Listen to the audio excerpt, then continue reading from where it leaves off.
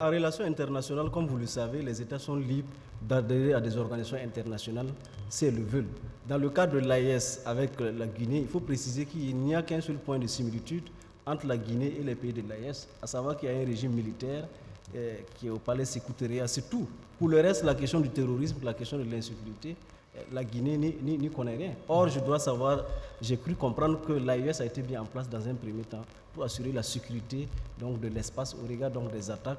Et donc, après, aussi, il y a la question du développement qui vient. Donc, il faut respecter la décision de la Guinée, qui est un État souverain et qui prend ses décisions conformément à ses propres objectifs. Voilà. En tout état de cause, en relation internationale, même si vous n'appartenez pas à une relation internationale, il y a toujours les relations bilatérales. Qui peuvent continuer.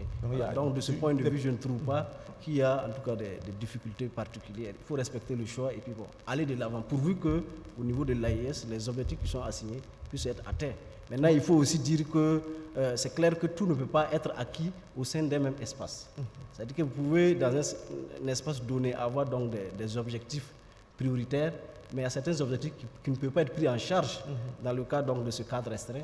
Et donc, vous allez devoir développer d'autres initiatives pour entrer en contact avec d'autres organisations, d'autres États. Et il faut rester pragmatique en matière de relations internationales.